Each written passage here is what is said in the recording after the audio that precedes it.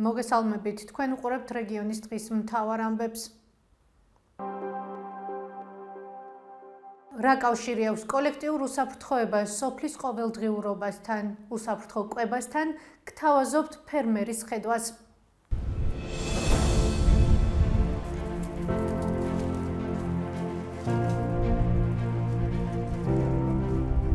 ეს ევროპული ინვესტიციები რო ხორციელდება, ეს ჩვენ გვიჩენს იმის განსას, რომ ვართ უსაფრთხოთ, რადგანაც მათთან ერთად ვართ და ისინი ჩვენ დაგვიცავენ.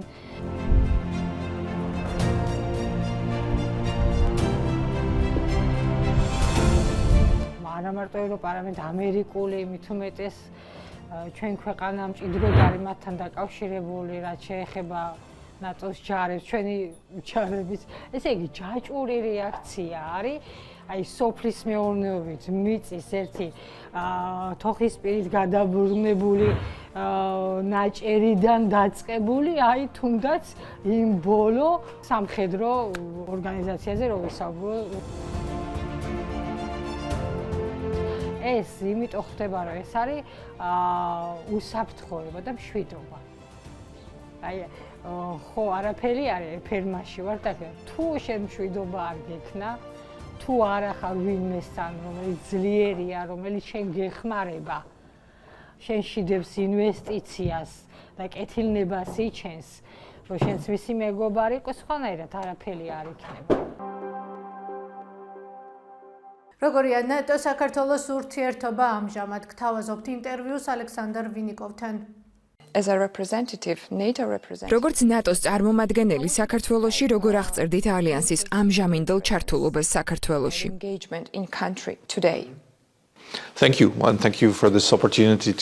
გმადლობთ ამ შესაძლებლობისთვის. ნატოსა და საქართველოს მრავალწლიანი პარტნიორობა აკავშირებთ. საქართველო დღეს ნატოს ერთ-ერთი უახლოესი პარტნიორია. საქართველოსთან თანამშრომლობა მოიცავს პოლიტიკურ დიალოგსა და პრაქტიკულ თანამშრომლობას. წლების განმავლობაში მხარს ვუჭერთ საქართველოს თავდაცვისა და უსაფრთხოების ინსტიტუტების გაძლიერებას, რეფორმების გატარებას ნატოს სტანდარტებისა და პრინციპების შესაბამისად და ჩვენი თანამშრომლობის შესახებ საზოგადოების ცნობიერების ამაღლებას. ნატოს სამეკავშირეო ოფისი, რომლის ხელმძღვანელობის პატივიც მე მაქვს, 2010 წელს საქართველოს ხელისუფლების თხოვნითა და ქვეყნის ალიანსში გაწევრიანების მისწრაფებების მხარდასაჭერად დაფუძნდა. ოფისი ყოველდღიურად მჭიდროდ თანამშრომლობს ქართველ პარტნიორთა ფართო წრესთან. მას ასევე აქვს რეგიონული მანდატი, რაც საქართველოს გარდა სომხეთსა და აზერბაიჯანსაც მოიცავს. ამჟამად ნატოს წარმომადგენლობა საქართველოში 50-ზე მეტ თანამშრომელს ითვლის, რაც ნატოსთვის საკმაოდ სოლიდური მაჩვენებელია. ფიქრობ, ეს არის მკაფიო სიგნალი იმ მნიშვნელობისა, რომელსაც ჩვენ საქართველოსთან პარტნიორობას ვანიჭებთ. რა თქმა უნდა, არსებულ კონტექსტში მოკავშირეებმა გადაწყვიტეს გარკვეული კორექტირება შეიტანონ დიალოგის ფორმატებში. თუმცა ჩვენ ვაგრძელებთ ურთიერთობას შესაბამის დონეზე და ჩვენი პრაქტიკული მხარდაჭერა კვლავაც ძალიან აქტიურია. And also our practical support and cooperation continue to be very active. თქვენ ახსენეთ კორექტირება დიალოგში, რაზეც მოგვიანებით გკითხავთ. იქამდე კი, რადგან საქართველო უახლოეს პარტნიორად დაასახელეთ, გვითხარით რა არის ამ თანამშრომლობის ძირითადი მიმართულებები? So over time, a broad range of cooperation has developed between NATO and Georgia. დროთა განმავლობაში ჩამოყალიბდა თანამშრომლობის ფართო სპექტრი. ყველა პროგრამისა და ინიციატივის მთავარი ფოკუსი საქართველოს ინსტიტუციური შესაძლებლობების გაძლიერება და ნატოსთან თავსებადობის გაზრდაა. ეს ყველაფერი კი ემსახურება ქვეყნის ევროატლანტიკურ მისწრაფებებს. დავიწყებდი უმთავრესი პოლიტიკური ინსტრუმენტით, წლიური ეროვნული პროგრამით. ის საქართველოს 2008 წლის ბუქარესტის სამიტის შედეგად მიენიჭა და ქვეყანას აძლევს შესაძლებლობას მიიღოს მოკავშირეებისგან უკავშირი და რჩევები რეფორმების პროგრამაზე. ეს არის ქართული მხარის მიერ მომზადებული დოკუმენტი, სადაც ქვეყანა თავად ირჩევს რეფორმების სფეროებს. ნატო კი მათ გზამკვლევობას უწევს. პრაქტიკული კუთხით გამოვყოფდი ორ მთავარ მიმართულებას: ნატო საქართველოს არსებითი პაკეტი და სამხედროებს შორის თანამშრომლობის ხაზი. SNGP 2014 წლის უელსის სამიტზე დამტკიცდა. ის მიზნად ისახავს საქართველოს თავდაცვის უნარიანობის გაძლიერებას და მოიცავს ინიციატივებს ხმელეთზე, ჰაერსა და ზღვაზე, ტაქტიკურ, ოპერაციულ და სტრატეგიულ დონეზე. ამ 11-12 წლის განმავლობაში მიღწეული წარმატებებიდან გამოვყოფდი წვრთნისა და შეფასების ერთობლივ ცენტრს, JTEX, რომელიც ნატოს საქართველოს ერთობლივი ინსტიტუციაა. ეს არის უნიკალური ობიექტი, რომელიც საწვრთნელ შესაძლებლობებს სთავაზობს როგორც ქართულ, ისე მოკავშირე და პარტნიორ ძალებს. მეორე წარმატებული პროექტია თავდაცვის ინსტიტუციური აღმშენებლობის სკოლა, რომელიც უსაფრთხოების სექტორის პერსონალის პროფესიულ განვითარებას ემსახურება. ასევე გვაქვს წარმატებები სამხედრო სამედიცინო მხარდაჭერის, ინგლისური ენის სწავლებისა და საზღვაო უსაფრთხოების სფეროებში. რაც შეეხება სამხედრო თანამშრომლობას, აქ ძალიან აქტიური სამუშაო გეგმა გვაქვს. საქართველო ყოველწლიურად 200-მდე ღონისძიებას ახორციელებს, რაც ძალიან მაღალი მაჩვენებელია. გასულ წელს საქართველოს ნატოს 24 მობილური საწვრთნელი ჯგუფი ეწვია. ასევე მუშაობთ ისეთ სფეროებში, როგორიცაა სამოქალაქო პერსონალის პროფესიული განვითარება უსაფრთხოების სექტორში, კეთილსინდისიერების ამაღლება, building integrity, სამეცნიერო თანამშრომლობა და სამხედრო განათლების მოდერნიზაცია. არ შემიძლია არ აღვნიშნო საქართველოს წვლილი კოლექტიურ უსაფრთხოებაში, რასაც მოკავშირეები უმაღლეს შეფასებას აძლევენ. ეს მოიცავს მონაწილეობას კოსოვოს მისიაში. საქართველო იყო ერთ-ერთი ყველაზე მსხვილი კონტრიბიუტორი ავღანეთის მისიაში. ასევე მონაწილეობდა საზღვაო ოპერაციაში Active Endeavour, რომელიც 11 სექტემბრის ტერაქტების sapasუხოდ დაიწყო. 2016 წლიდან საქართველო ჩართულია ოპერაციაში Sea Guardian, ხმელთაშუა ზღვაზე. ასევე საქართველომ უკვე 4-ჯერ უმასპინძლა ფლაგმანურ სწავლებას, ნატო საქართველოს სწავლება. That I already mentioned since 2016, and it happens every 3 years. So last year we had the fourth iteration of that exercise.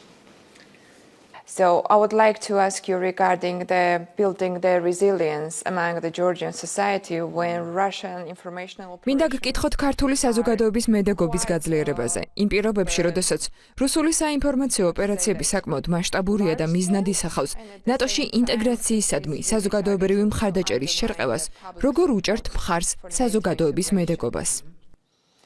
So what are your, how do you support the Georgian society resilience building? Yes, it's a very important question. Thank you for that.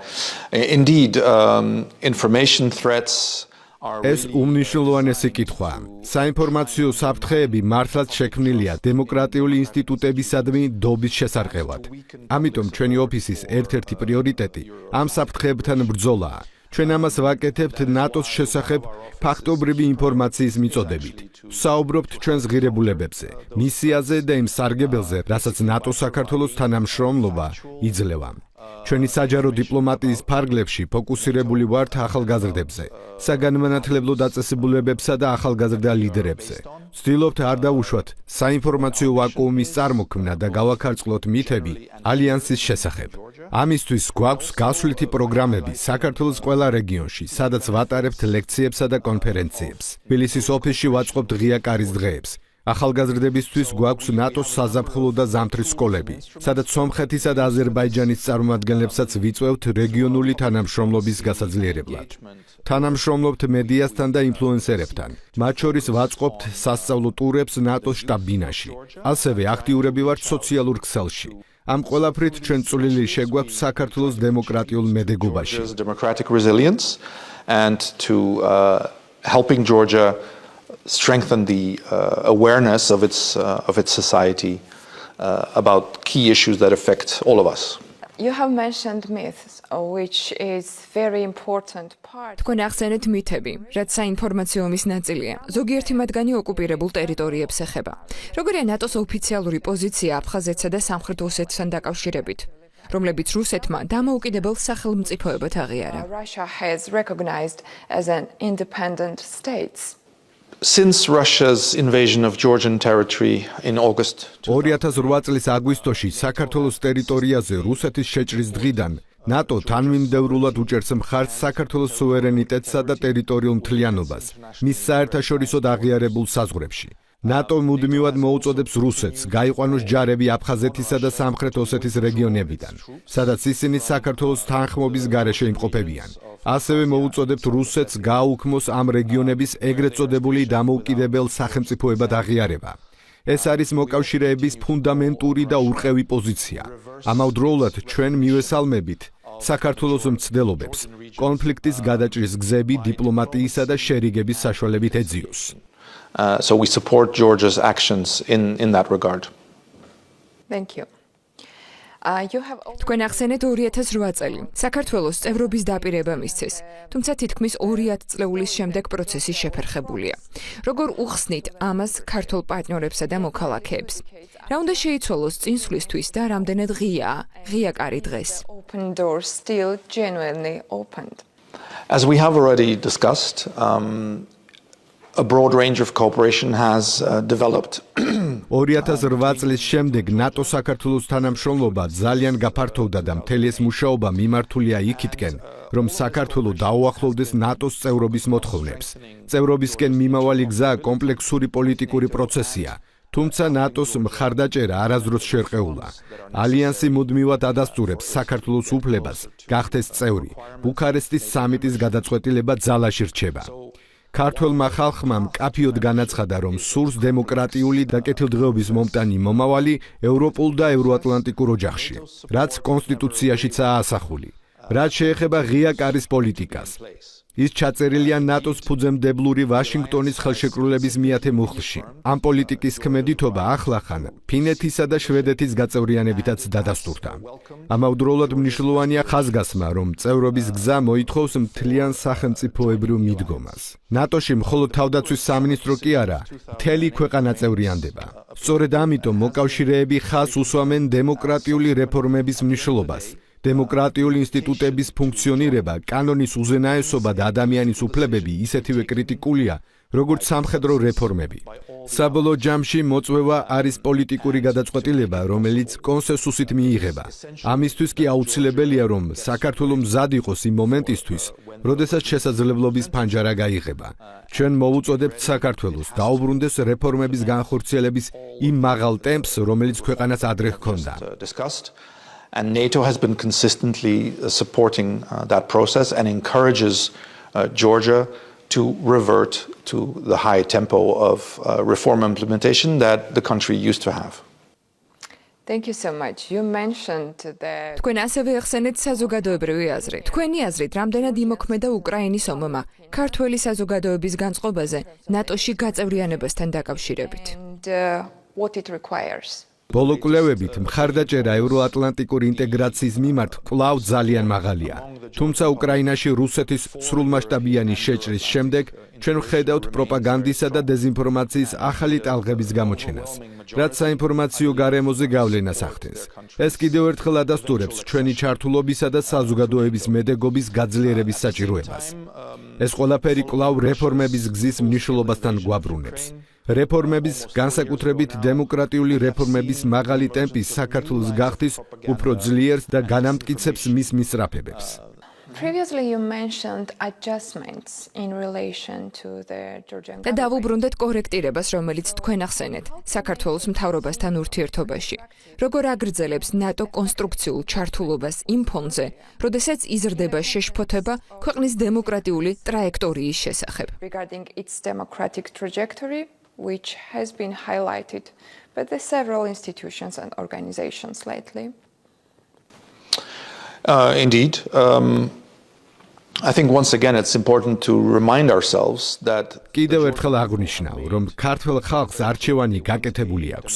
საიდუმლო არ არის, რომ ბოლო რამდენიმე წელია ნატოს მოკავშირეებს შორის იზრდება შეშფოთება საქართველოს პოლიტიკური ტრაექტორიის გამო. ვხედავთ პოლიტიკურ პოლარიზაციას და სერიოზულ გამოწვევებს დემოკრატიული რეფორმების გზაზე. ნატოს პარტნიორობა ეფუძნება როგორც ღირებულებებს, ისე პრაქტიკულ თანამშრომლობას. სწორედ ამიტომ ჩვენ მოვუწოდებთ საქართველოს. ერთგული დარჩეს საერთო დემოკრატიული ფასეულობების. პარალელურად კი ვაგრძელებთ პრაქტიკულ მუშაობას რეგიონული სტაბილურობისა და უსაფრთხოების მხარდასაჭერად. ნებისმიერი წინსვლა ევროატლანტიკურ გზაზე პირდაპირაა დამოკიდებული საქართველოს მდგრად ერთგულებაზე დემოკრატიული მმართველობისა და კანონის უზენაესობის მიმართ. Democratic governance and to the rule of law.